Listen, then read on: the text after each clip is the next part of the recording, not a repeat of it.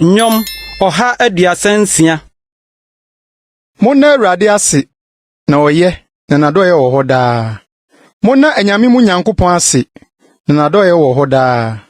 Mona awuranom mu Awurade no ase na nadoye wo hɔ daa.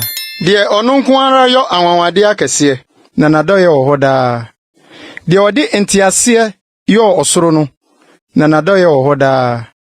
De ɔde asase tre nsuo so no na nadoye wo hɔ daa.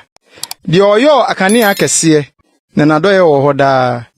Owia se eni adekyeɛ so na nadoye wo hɔ daa. Ɔsrane ne nsroma se eni anadwo so na nadoye wo hɔ daa.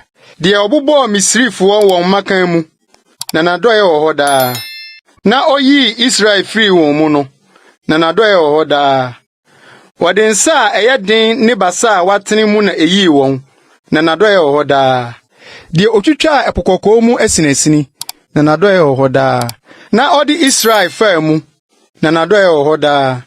Na ɔka Faro ne ne dɔm gu epokɔkɔɔ mu na nadoye wo hɔ daa.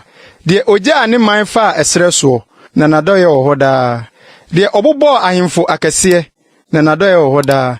Na okunkum ahemfo animonyamfo na nadoye wo hɔ daa.